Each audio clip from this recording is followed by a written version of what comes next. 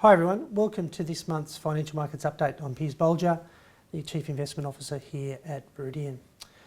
Well, we're heading into the last quarter of calendar 2019 and it's been another interesting year for investment markets. On the equity side of things, we've seen a relatively strong performance so far this calendar year, and equally bond markets have rallied quite substantially as bond yields have tracked lower through the course of 2019.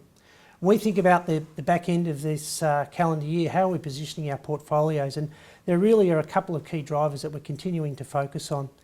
The first and probably the most important in our mind is what's going on with the US-China trade dispute.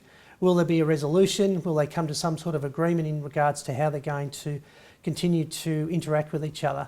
We're certainly seeing that have an impact on global growth. We've seen global growth materially slow down through the course of 2019, not only in regards to Chinese markets, but equally in terms of the US and Europe as well, where German industrial manufacturing has really, as I said, declined through the second half of this year. So from our perspective, this is going to have a big driver in the performance of financial markets, whether it be equities or bonds, and that's going to flow through particularly in regards to the asset allocation framework that we are looking to put together for client portfolios.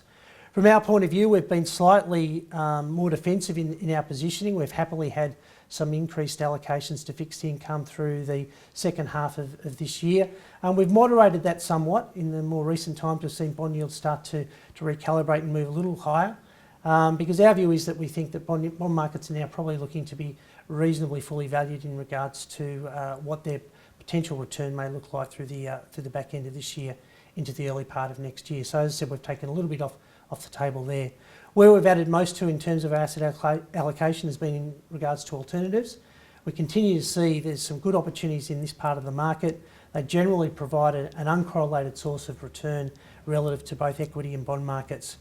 Nevertheless, we've been maintaining a good part of the portfolios in equities. Equity market performance, as I said, has been very sound through the course of this year.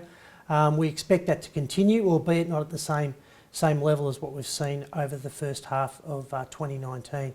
So a really interesting period for financial markets. We think a lot of that's going to be driven by the external factors. As I said, a lot of it to do with regards to geopolitics and the broader impact that we're seeing in regards to economic growth. As always, if you have any queries, make sure you speak to your financial advisor, and we look forward to catching up with you next month. Bye for now.